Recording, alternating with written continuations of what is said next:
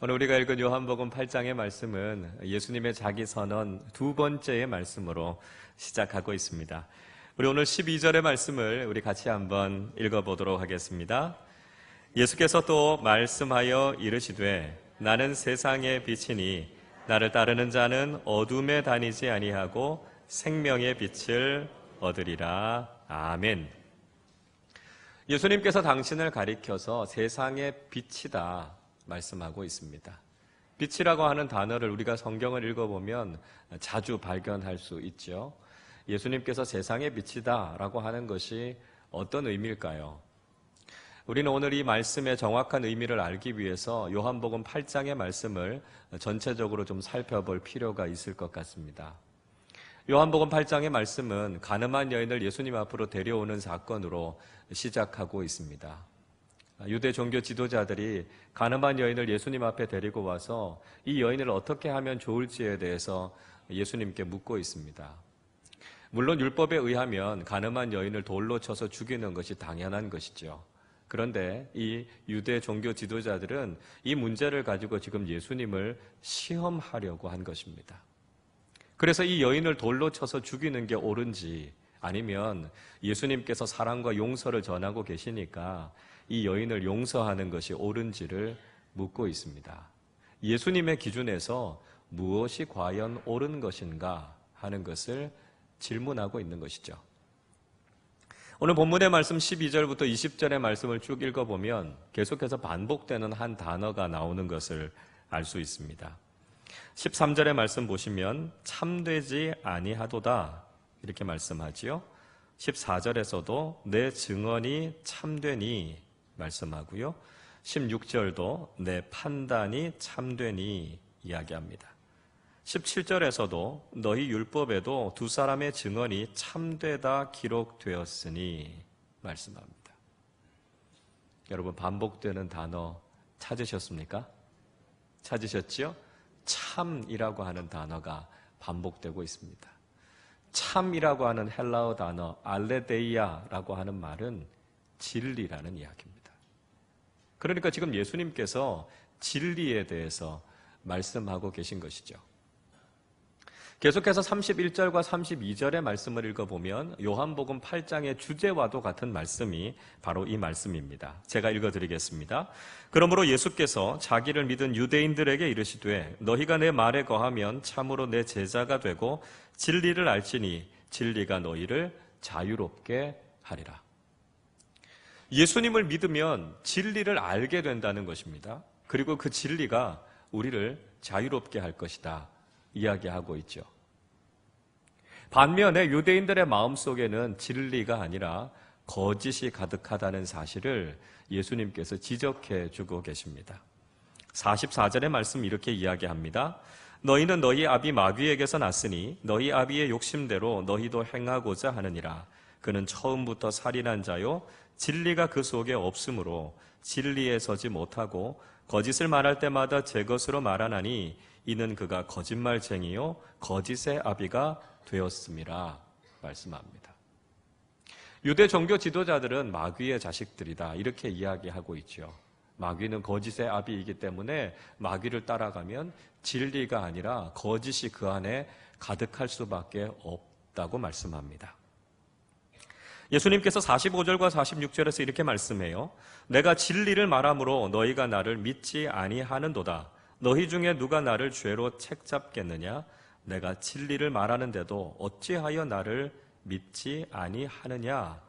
말씀합니다.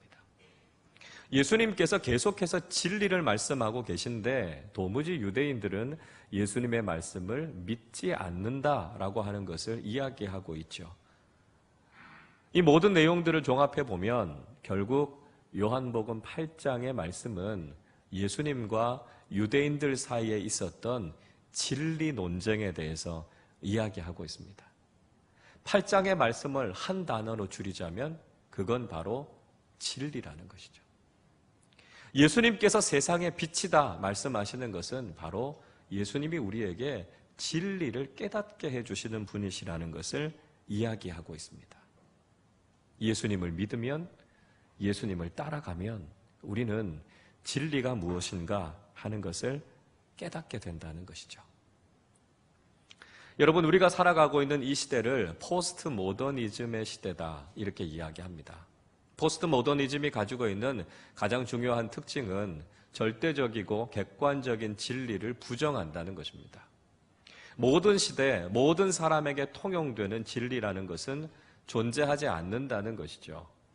그래서 포스트 모더니즘에서는 진리의 상대성이라고 하는 것을 강조합니다. 모든 사람에게 다 통하는 진리, 그런 건 존재하지 않는다는 것이죠. 그래서 어떤 단체, 또 어떤 사람들이 모여서 어떤 합의된 내용들을 가지고 한 개인에게 강요할 수 없다는 겁니다. 그렇게 하는 것이 그 사람에게는 폭력이 될 수도 있다라고 하는 것이죠. 그래서 포스트 모더니즘적인 생각을 가지고 있는 사람들은 어떤 객관적인 진리의 기준이 아니라 각 사람들의 마음속에 진리에 대한 기준, 잣대가 있다 이렇게 이야기하는 것이죠. 그래서 사람들이 무엇인가를 선택하고 결정할 때도 무엇이 옳으냐, 무엇이 그르냐라고 하는 것은 더 이상 의미가 없다는 겁니다. 내가 좋은 걸 선택하는 것이고요. 내가 싫은 걸 하지 않겠다라고 하는 것이죠. 그러다 보니까 사람들은 점점 더 진리로부터 멀어져 가게 됩니다. 사람들은 자기가 좋아하는 것을 선택하고 내가 하고 싶은 것을 하게 되는 것이죠. 자, 이런 현대의 경향이 우리의 삶에 어떤 영향을 주고 있을까요? 물론 긍정적인 부분들도 있습니다. 그것은 개인의 자유가 증진되어졌다는 것이죠. 그동안 개인이 자유를 잃어버리고 살아갔던 시대들이 분명히 있지 않았습니까? 그러니까 개인의 생각, 개인의 취향이 존중받는다라고 하는 차원에서는 이게 긍정적일 수 있습니다. 그러나 사실 우리가 삶을 살아가면서 이것이 긍정적이기보다는 부정적인 영향을 많이 준다는 것을 우리가 알게 되죠. 왜냐하면 사람들이 내가 좋아하는 대로, 내가 하고 싶은 대로 살아가다 보니까 우리의 삶에 엄청나게 많은 문제와 혼란이 일어나게 되죠. 공동체와 사회를 생각하는 배려들이 점점 더 줄어들게 됩니다. 그것 때문에 우리 사회 속에 끊임없이 문제가 일어나는 것들을 경험하게 되는 것이죠. 우리가 무엇을 잘 몰랐던 걸까요? 사람 안에 있는 죄성이라고 하는 것을 간과했기 때문입니다. 우리가 하고 싶은 대로, 내가 원하는 대로 살아가다 보면 사람은 자연스럽게 죄를 짓게 되어 있습니다. 그러다 보니까 옳고 그름을 따라 살아가지 않고 내가 좋아하는 것을 따라 살아가다 보니까 다른 사람들에게 상처를 주게 되고 사회에 문제를 일으키게 되고 많은 혼란과 아픔들을 지금 우리는 이 시대 속에서 경험하고 있는 것이죠. 진리라고 하는 거창한 것까지 생각할 필요는 없습니다. 여러분, 작은 시간이라고 하는 걸 한번 생각해 보시죠. 시간이라고 하는 건 물론 진리의 문제는 아닙니다. 사람들과의 약속이죠. 우리가 시간을 지키고 약속을 지키는 것 때문에 우리의 삶이 질서를 유지하고 평안한 삶을 살아갈 수 있습니다. 그런데 만약에 우리가 이 시간이라고 하는 약속을 지키지 않으면 어떻게 됩니까? 시간에 대한 기준을 내 멋대로 정해버리면 어떤 일들이 일어나게 되겠습니까? 우리는 주일 아침 11시 반에 이곳에서 예배를 드리고 있습니다. 그런데 제가 마음대로 오늘은 그냥 오후 7시에 예배 드린다 이렇게 이야기했다면 여러분 어떻게 되겠습니까? 11시 반 시간을 맞춰서 예배하러 나오신 여러분들은 아마 오늘 예배를 못 드리고 돌아가시게 될 겁니다. 그리고 오후 7시에 예배하겠다고 나온 저도 아무도 없이 혼자서 예배 드려야 하는 일들이 생기겠죠. 우리가 비행기나 기차와 같은 교통편을 이용할 때 도착 시간, 출발 시간을 정확하게 지키지 않습니까? 만약에 그 시간이 제대로 지켜지지 않는다면 우리는 그 교통편을 이용할 수 없을 겁니다. 시간이라고 하는 작은 약속 하나도 우리가 지키지 못하고 깨어지면 우리의 삶 속에서 많은 혼란을 경험하게 된다는 것이죠. 그런데 만약에 진리가 흔들리면 어떻게 될까요? 진리의 기준이 사라져버리면, 진리에 대해서 각자가 생각하는 대로 살아간다면 어떻게 될까요? 우리 인생 전체가 다 흔들리지 않겠습니까?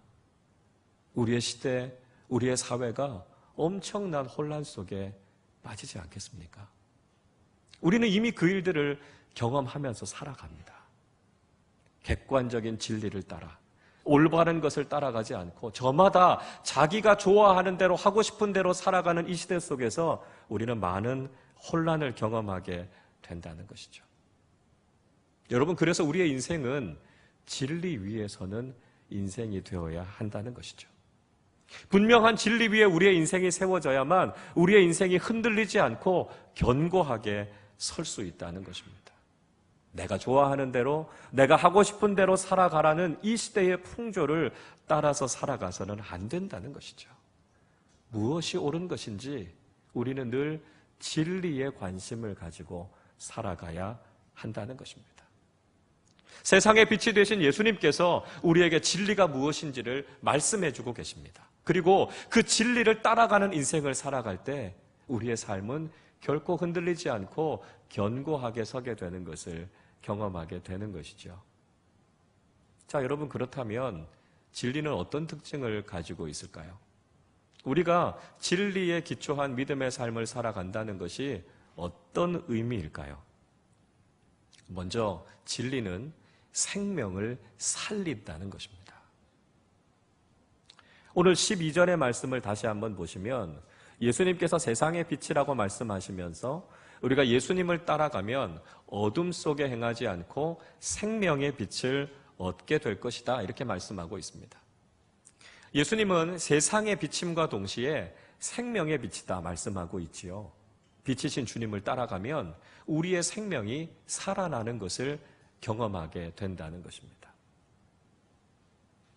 바리새인들과 서기관들은 철저하게 이 간음한 여인을 죽이는 일을 했습니다.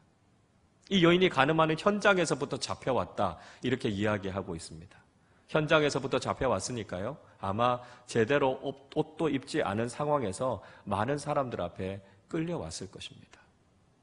많은 사람들 앞에서 수치와 부끄러움을 느끼고 있는 이 여인의 인생에 있어서 정말 너무나 아픈 상처가 됐겠죠. 자신을 정죄하는 눈으로, 불결한 눈으로 바라보는 사람들의 시선에 의해서 이미 이 여인은 죽음을 경험한 것입니다. 그리고 이 여인을 지금 가운데 세워놓고 예수님과 유대 종교 지도자들이 논쟁을 벌이고 있습니다. 지금 이들은 이 여인에게 돌을 던지는 것보다도 훨씬 더 잔인한 일을 하고 있는 것이죠. 그리고 결국은 율법의 수순에 따라서 이 여인에게 돌을 던지게 될 것입니다. 그러나 예수님은 달랐다는 것이죠. 예수님께서는 진리로 이 여인의 생명을 살리셨습니다. 너희 중에 죄 없는 자가 먼저 돌로 치라고 말씀하셨습니다. 자기들의 판단에 따라 돌을 들 것이 아니라 진리 되신 하나님의 말씀 앞에서 나는 아무 부끄러움이 없는지 자기 자신을 돌아보라는 것이죠.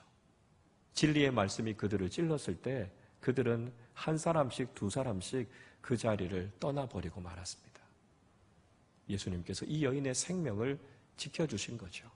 예수님께서 이 여인의 인격을 지켜주신 것입니다. 동시에 예수님께서는 이 여인이 궁극적으로 살 수 있는 길에 대해서 말씀해 주셨습니다. 예수님께서 이 여인의 삶을 그냥 두둔해 두셨던 것이 아니라는 것이죠. 11절에서 예수님께서 이렇게 말씀하십니다. 예수께서 이르시되 나도 너를 정죄하지 아니하노니 가서 다시는 죄를 범하지 말라.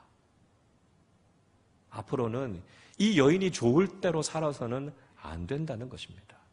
그것이 죄라는 것을 깨닫고 이제는 진리를 따라 바르게 살 것을 이야기하고 있지요. 믿음으로 하나님을 따라 살아갈 때 비로소 영생을 누릴 수 있다는 것을 주님께서 말씀해 주고 계십니다. 예수님께서 진리로 이 여인을 살리신 것이죠. 여러분, 우리가 믿는 성령 하나님은 진리의 영이심과 동시에 생명의 영이십니다. 우리가 성령 하나님을 따라가면 진리를 깨닫게 됨과 동시에 우리를 살리시는 성령의 은혜를 경험하게 되는 것이죠. 가만히 보면 사람을 살리는 것은 성령의 역사고요, 사람을 죽이는 건 마귀의 역사입니다. 성령께서는 지금도 우리의 생명을 소중하게 여기시고 생명을 지키는 일을 하십니다. 그러나 마귀는 지금도 전쟁과 살인을 일으켜서 수많은 사람들을 죽게 하는 것이죠. 우리가 성령의 음성을 들으면 진리를 깨닫게 되고 우리의 영혼이 살아나게 되는 것이죠. 여러분, 진리로 우리를 살리시는 예수 그리스도의 복음을 따라 살아가실 수 있기를 바랍니다. 진리로 바른 길을 걸어갈 뿐만 아니라 진리를 통해 우리의 영혼을 소생시키시는 하나님의 생명이 우리 안에 충만하실 수 있기를 바랍니다. 둘째로, 진리는 완전하다는 것입니다. 오늘 본문 14절의 말씀인데요. 우리 14절을 함께 읽어보도록 하겠습니다. 예수께서 대답하여 이르시되 내가 나를 위하여 증언하여도 내 증언이 참되니 나는 내가 어디서 오며 어디로 가는 것을 알거니와 너희는 내가 어디서 오며 어디로 가는 것을 알지 못하느니라. 예수님께서는 어디에서부터 오셨고 어디로 가는지를 알고 계신다고 말씀합니다. 어디에서 왔는가라고 하는 것은 우리 인생의 기원, 우리 인생의 출발을 이야기하죠. 어디로 가는가라고 하는 것은 우리 인생의 종착점과 목적지를 이야기하고 있습니다. 그러니까 예수님께서는 인생의 시작과 끝에 대해서 분명히 알고 계신다 말씀하고 있습니다. 여러분, 우리 인생의 진리를 알고 계십니까? 우리 인생의 시작과 끝이 무엇인지 알고 계십니까? 우리 인생의 시작과 끝을 알아야 우리는 비로소 인생을 안다, 이렇게 말할 수 있습니다. 우리 인생의 시작은 무엇입니까? 그것은 하나님께서 우리를 창조하셨다는 것입니다. 여러분, 우리는 빅뱅이라고 하는 우주 대폭발에 의해서 무생물이 우연한 과정에서 생물이 된 진화의 과정을 거친 것이 아닙니다. 하나님께서 특별한 계획과 목적을 가지고 저와 여러분을 창조하셨습니다. 저는 하나님께서 인간을 만드실 때 많이 고민하셨을 것이라고 생각합니다. 어떻게 하면 가장 존귀하고 가장 아름답게 인간을 창조할 수 있을까 고민하신 하나님은 결론을 내리신 거죠. 하나님을 닮게 만들기로 하신 겁니다. 하나님의 형상대로 하나님의 모양을 따라 인간을 가장 존귀하게 창조하셨습니다. 그것이 우리 인생의 시작입니다. 그리고 하나님께서는 우리를 향해 특별한 계획과 목적을 가지신 거죠. 그래서 우리가 창조되었다는 사실을 믿는 사람들은 하나님께서 우리를 향해 가지신 그 목적과 계획을 이루는 가치 있고 의미 있는 삶을 살아가게 되는 것이죠. 우리 인생의 끝은 무엇입니까? 그것은 하나님의 나라에서 영원한 생명을 누리게 된다는 것입니다. 죽으면 모든 것이 끝나는 게 아닙니다. 죽으면 우리 존재가 사라지는 것이 아닙니다. 죽음 이후에 우리는 부활을 경험하게 될 것이고요. 하나님의 나라에서 영원한 생명을 누리게 될 것입니다. 그게 바로 우리에게 주어져 있는 궁극적인 소망이죠. 이 인생의 끝이 무엇인가를 분명히 아는 사람들은 삶을 살아가는 동안 결코 절망하지 않고 낙심하지 않고 믿음으로 우리의 인생을 살아가게 되는 것입니다. 그 끝을 분명히 아는 사람들은 결코 두려워하지 않고 이 땅을 믿음으로 승리하면서 살아가게 되는 것이죠. 우리가 이 진리를 알게 될 때 우리는 인생을 안다고 말할 수 있다는 것이죠. 여러분, 진리는 부분적인 것이 아닙니다. 진리는 완전한 것입니다. 세상의 지식은 부분적일 수밖에 없습니다. 세상의 지식을 우리가 아무리 많이 가지고 있다 할지라도 그것은 결코 완전하지 않습니다. 그러나 하나님의 말씀, 예수 그리스도의 복음은 우리에게 완전하고도 영원한 진리를 말씀해 주시죠. 그래서 시편 기자는 시편 119편 96절에서 이렇게 말씀합니다. 아무리 완전한 것이라도 모두 한계가 있다는 것을 알았습니다. 그러나 주님의 계명은 완전합니다. 여러분, 그렇습니다. 완전한 진리가 되신 하나님의 말씀을 따라 살아가는 우리 모두가 되실 수 있기를 바랍니다. 부분적인 세상의 지식을 추구하며 살아가는 것이 아니라 우리의 인생에 대한 참된 본질과 완전한 지식을 허락해 주시는 진리의 말씀, 그 말씀을 따라 인생을 살아가는 우리 모두가 되실 수 있기를 바랍니다. 세 번째로, 진리는 분명한 증언자가 있다는 것입니다. 18절 말씀 우리 같이 읽어보겠습니다. 내가 나를 위하여 증언하는 자가 되고 나를 보내신 아버지도 나를 위하여 증언하시느니라. 진리에는 특징이 있습니다. 진리를 증언해주는 사람이 있다는 것이죠. 예수님께서는 예수님 스스로가 당신 자신이 진리임을 증언하고 있다고 말씀합니다. 그리고 하나님 아버지께서 진리임을 증언해 주신다 말씀하고 있습니다. 유대인의 율법에는 두 사람이 그것을 증언해 주면 그것을 진실로 받아들이게 되어 있습니다. 자, 그런데 유대인들은 예수님의 증언을 받아들일 수 없다고 이야기한 것이지요. 왜냐하면 예수님께서 스스로 자신을 증언하는 것, 그건 인정할 수 없다는 것입니다. 그러나 사실 예수님이 진리이시고 예수님이 옳으시다라고 하는 것을 증언했던 증언자들은 수도 없이 많이 있었습니다.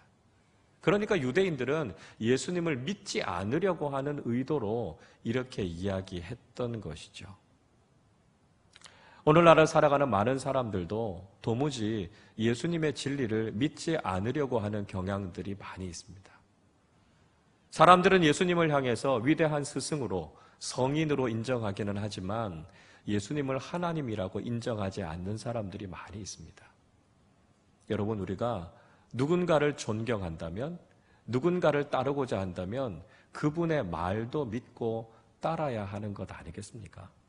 그렇다면 예수님께서 위대한 스승이시고 그분을 성인으로 인정한다면 예수님이 하나님이시라고 말씀하시는 그분의 말씀도 믿고 따라야 하는 것 아니겠습니까? 예수님을 존경한다고 말하면서도 예수님의 말씀이 진리임을 따르지 않는 것은 이율배반이라는 것이죠. 무엇보다도 오늘 예수님께서는 하나님께서 예수님의 말씀이 진리임을 증언하고 계신다 말씀하고 있습니다. 예수님께서 세례를 받으실 때 하늘이 열렸습니다. 그리고 하나님의 음성이 들렸습니다. 이는 내 사랑하는 아들이요 내 기뻐하는 자라 말씀해 주셨습니다.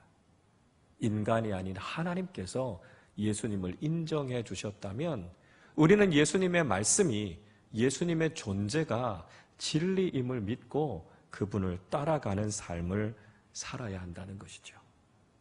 여러분, 진리라고 하는 것은 가장 신뢰할 만한 대상을 통해 증언될 때 그것이 진리로 받아들여지게 되는 것이죠. 오늘 본문의 증언이라고 하는 단어는 법정에서는 증인이라고 하는 말과 같은 의미입니다. 신뢰할 만한 증인이 법정에서 증언을 하면 우리는 그것이 신빙성 있는 증거로 채택되는 것을 볼 수 있지 않습니까? 가장 신뢰할 만한 하나님께서 예수님의 말씀이 진리임을 인정해 주셨다면 우리도 주님께서 말씀하시는 이 진리의 말씀을 믿고 따라야 하지 않겠습니까? 여러분, 진리에는 분명한 증언자가 있습니다. 그 진리를 증언하지 않는다면 진리는 더 이상 진리로 존재할 수 없는 것이죠. 진리를 가지고 있는 우리가 이제 그 진리를 증언하는 믿음의 삶을 살아야 한다는 것이죠. 그 증언을 통해서 진리가 진리되게 하는 일에 우리 자신을 더욱 헌신하며 살아가시기를 바랍니다. 여러분, 한 가지 애석한 것은 우리가 살아가고 있는 이 시대가 세상의 빛이신 예수님, 또 진리가 되신 기독교, 이 믿음이 점점 더 약해져가는 시대를 살아가고 있다는 것입니다. 설교의 서두에 제가 말씀드렸던 것처럼 포스트 모더니즘 시대 속에서 사람들은 더 이상 진리에 대해서 관심을 갖지 않고 있습니다. 그러다 보니까 진리는 점점 약해져 가고 진리의 목소리가 점점 더 작아져 가고 있습니다. 사람들은 진리보다 만들어진 이야기에 열광하는 것 같습니다. 그래서 드라마나 영화에 많은 사람들의 관심이 쏠리고 있습니다. 진리인 하나님의 말씀이 선포되는 교회에 나와 하나님의 말씀을 듣기보다는 영화관이나 텔레비전 앞에 앉아있는 많은 사람들을 보게 되죠. 일전에 이런 기사를 본 적이 있습니다. 글로벌 기업들이 차세대의 먹거리로 가상현실, Virtual Reality라고 하는 것을 다음 세대의 먹거리로 선정했다는 이야기를 들은 적이 있습니다. 진리를 추구하기보다는 진짜처럼 보이는 가짜에 현혹된 채 살아가는 이 시대의 양상을 우리에게 분명히 보여주고 있습니다. 진리가 약해져 가고 있는 이유가 무엇일까요? 아마 그 이유의 중심에는 우리 그리스도인들과 교회의 책임이 있다고 생각합니다. 우리가 진리를 진리되게 선포하지 않았기 때문입니다. 우리가 진리를 가지고 살아가고 있지만 그것이 진리임을 증명하는 삶을 살지 못했기 때문입니다. 오늘날의 교회의 모습을 풍자하는 이런 이야기가 있습니다. 영화 배우로 성공한 한 남성이 목회에 고전하고 있는 목사님에게 이런 이야기를 했다고 합니다. 나는 가짜를 진짜처럼 연기하는데 너는 꼭 진짜를 가짜처럼 말하는 것 같다. 여러분, 무슨 이야기일까요? 우리가 분명히 진리를 가지고 있으면서도 우리는 진리를 선포하지 않습니다. 그리고 그 진리를 따라 살아가지 않는다는 것이죠. 진리가 약해지는 이유는 진리 그 자체에 문제가 있는 것이 아닙니다. 진리인 하나님의 말씀이 과거와 지금 다르기 때문이 아니라는 것이지요. 진리의 말씀을 따라 살아가는 그리스도인들과 공동체가 점점 줄어들고 있다는 것이 진리가 약해지고 있는 근본적인 문제라는 것이죠. 초대교회 성도들은 진리이신 하나님의 말씀 앞에 자신의 생명을 걸었습니다. 그들은 죽어가면서도 하나님의 말씀이 진리임을 증명하는 삶을 살았습니다. 그러나 오늘날 진리를 따라 살아야 할 우리들은 진리 되신 하나님의 말씀을 유한한 세상의 가치와 세상적인 성공과 너무 쉽게 맞바꾸어 버렸다는 것이죠. 세상 사람들도 자신이 믿는 신념에 자신의 인생을 걸면서 살아가는 사람들이 있습니다. 여러분, 그렇다면 하나님의 복음의 진리를 소유하고 있는 우리가 하나님의 말씀에 우리의 인생을 걸어야 하는 것이 마땅하지 않겠습니까? 오늘 이 자리에는 우리 모두가 진리를 삶으로 살아내는 사람들이 되실 수 있기를 바랍니다. 세상의 빛이 되신 예수 그리스도, 그분의 길을 따라가는 주님의 제자들이 되십시다. 진리의 가치를 부정하는 이 시대를 살아가고 있지만 우리에게 주신 진리의 말씀을 붙잡고 그것이 진리임을 증명해내는 믿음의 사람들이 되시기를 바랍니다. 예수님께서 가장 강력한 진리의 증언자가 되실 수 있었던 것은 그분이 그 말씀대로 사셨기 때문입니다. 예수님의 성육신은 예수님께서 이 땅에 오셔서 그 말씀대로 사셨음을 우리에게 보여주고 있습니다. 이 사순절에 말씀이 육신이 되신 예수님처럼, 세상의 빛이 되어 우리에게 진리를 보여주신 예수님처럼 진리를 따라 걸어가는 주님의 제자들이 되실 수 있기를 바랍니다. 진리의 길, 생명의 길을 걸어가므로 많은 사람들을 구원하고 하나님께 영광을 돌려드리는 믿음의 삶을 사시기를 주님의 이름으로 축원합니다. 기도하겠습니다. 하나님 아버지, 세상의 빛을 비추시기 위해 예수 그리스도를 우리를 위해 보내주심을 감사합니다. 하나님, 세상이 지금도 어둠 가운데 있습니다. 진리를 따라 살아가기보다는 저마다 자기의 생각대로, 자기의 판단대로 살아가며 수없이 많은 혼란과 아픔을 경험하고 있습니다. 세상의 빛이 되신 예수님께서 우리에게 진리의 빛, 생명의 빛을 비추어 주셔서 우리가 바르고 옳은 길을 걸어갈 수 있도록 저희들의 삶을 이끌어 주옵소서. 진리가 진리됨을 선포하는 사람들이 되게 하여 주시고 진리를 삶으로 살아내는 사람들이 되게 하여 주시옵소서. 그래서 우리 자신이 영원한 생명의 길을 걸을 뿐만 아니라 많은 사람들을 구원의 길로, 영생의 길로 인도하는 믿음의 사람들 되게 하여 주옵소서. 감사드리며 우리 주님 예수 그리스도의 이름으로 기도하옵나이다. 아멘.